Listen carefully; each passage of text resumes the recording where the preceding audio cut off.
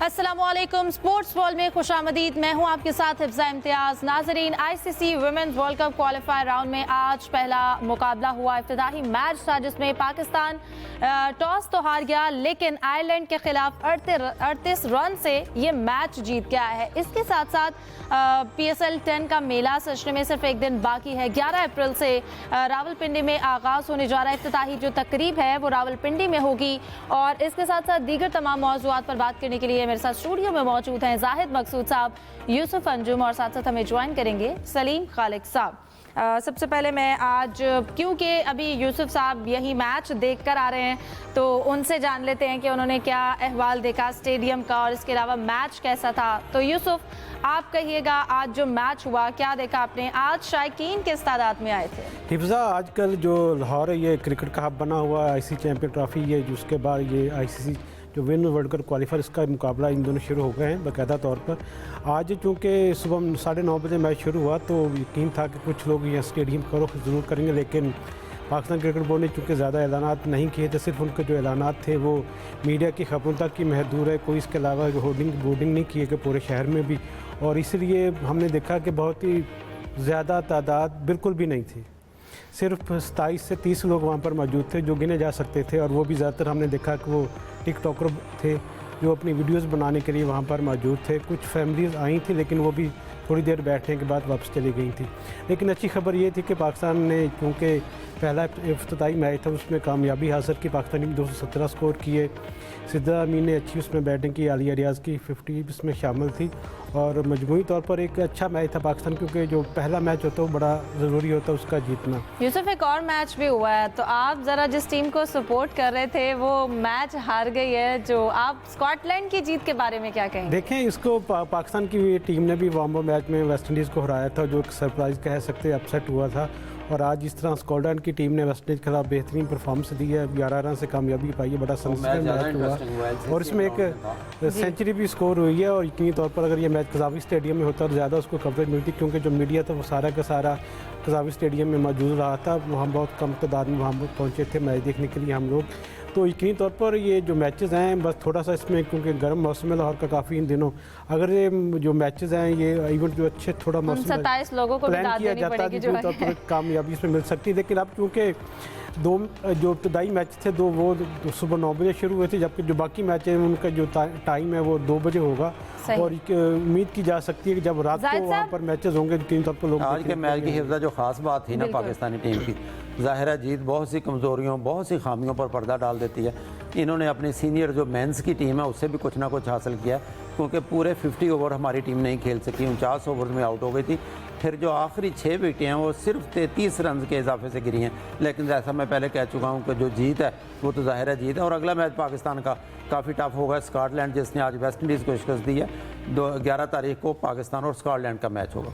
जो जाहिद साहब, ये यूसुफ साहब की प्रेडिक्शन थी वेस्ट इंडीज़ के हवाले से कि ये मैच उनके लिए तो बड़ा आसान होंगे ये मैचेस, और आज स्कॉटलैंड से हरा दिया, इस पर आप क्या कहेंगे? देखें, ये तो क्रिकेट में ऐसा ही होता है ना।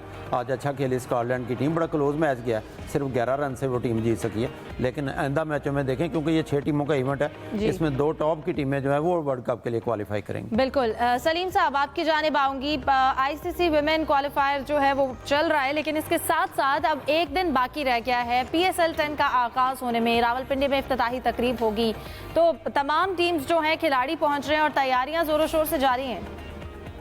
बिल्कुल, जोरों शोर से तैयारियां जारी हैं। डेविड वार्नर भी आ चुके हैं और बड़ा अच्छा उनका इस्तकबाल हुआ, मैंने वीडियो देखी, और जिस तरह वो नजर आ रहे थे बड़े खुश नजर आ रहे थे। और होपफुली जिस तरह वो खुद खुश हैं वो फैकीन को भी खुश करेंगे, चौके छक्के लगाएंगे। मशहूर है वो अपनी हरियाणा बैटिंग के लिए। दीगर टीमों के भी स्टार प्लेयर आ रहे हैं, लेकिन अभी तक PSL की वो एक हाइप बन नहीं सकी है जैसे कि होती है। शायद इसकी वजह यह है कि हमारी टीम की परफॉर्मेंस की खराब रही थी कि लोग थोड़े नाराज हैं। हो सकता है कुछ मैचेस हों, कुछ अच्छी परफॉर्मेंस सामने आए तो वो जो नाराज शायकीन है वो दोबारा से क्रिकेट की तरफ आए। क्योंकि अभी जो हालात लग रहे हैं, मुझे शायद ऐसा लग रहा है कि PSL जब शुरू होगी तो भी लोग इतनी बड़ी तादाद में स्टेडियम नहीं आएंगे। ओपनिंग सेरेमनी का भी PCB ने ऐलान कर दिया है, जो उन्होंने एंथम गाया है वो लोग भी हैं उसमें, और शायद आपदा परवीन भी है। तो काफी एक जबरदस्त तरीके से आगाज करने का पीसीबी का इरादा है। दूसरी तरफ आज वुमेन टीम का जो मैच हुआ बड़ा अच्छा हुआ। मर्द खिलाड़ी जो थे उन्होंने कौम के आंसू बहाए, लेकिन जो प्लेयर को बड़ा अच्छा परफॉर्म करके थोड़ी खुशियां फराहम की हैं। और अगर वो इसी तरह खेलती रही और अगर जीत गई तो, या जीती नहीं भी तो टॉप 2 में आ गई तो पाकिस्तान वर्ल्ड कप में शिरकत का अहल हो जाएगी पाकिस्तान की। तो अब चले, जो हो चुका है पीछे उसको छोड़ देते हैं। अभी जो पीएसएल है और ये वुमेन टीम की जो चल रहा है आईसीसी क्वालिफायर, तो उसकी तरफ देखते हैं। फिलहाल तो अच्छा चल रहा है, आगे जो ऊपर ऐसे रहेगा। सलीम साहब, क्योंकि अब तो तमाम टीम्स ही पाकिस्तान की हैं, लेकिन फिर भी जो टीम्स हैं, आपको क्या लगता है कौन सी टीम का जो कॉम्बिनेशन बना है वो बड़ा अच्छा है, ज़बरदस्त है पिछले सीजन के अगर कंपैरिजन किया जाए तो? ठीक है, लाहौर कलंदर की भी अच्छी टीम है, क्वेटा ग्लैडिएटर की टीम भी बहुत अच्छी है, चैपमैन वगैरह जिसमें है, जलवी में बाबर वगैरह है। इसी तरह सुल्तान में रिजवान और दूसरे भी उनके पास है। सारी टीमों में कोई ना कोई है, लेकिन फिर होता है जो इवेंट शुरू होता है ना, फला प्लेयर इंजर्ड हो गया, फला की नानी बीमार हो गई वापस चला गया, फला के टांग में दर्द हो गया नहीं खेल रहा, तो फिर उसके बाद कॉम्बिनेशन खराब होना शुरू होता है। क्योंकि जिस वक्त ड्राफ्ट हो रहा होता, सब हो रहा था, सबकी यही खुश होती है बैलेंस स्क्वाड मुंतखब करे।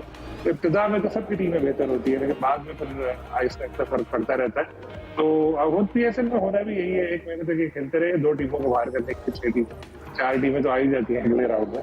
तो अब देखना ये कि कौन सी टीम कितनी जल्दी क्लिक करती है और कैसा परफॉर्म करती है। लेकिन इसमें कमबैक का चांस भी होता है, आपके पास बहुत सारे मैच खेलने होते हैं आपको।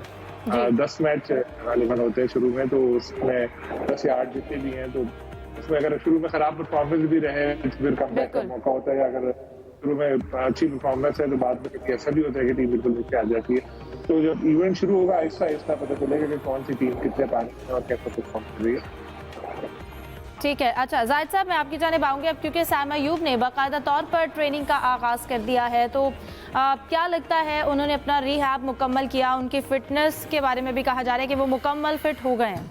देखिए, ये एक अच्छी खबर है पाकिस्तान के लिए भी और पीएसएल के लिए भी, पेशावर ज़ल्मी के लिए भी, क्योंकि साइमा अयूब जो है आपको याद है साउथ अफ्रीका में अनफिट हुए थे, तवील अरसा वो इंग्लैंड में ज़ेर इलाज भी रहे, रीहैब के मरहले से भी गुजरे।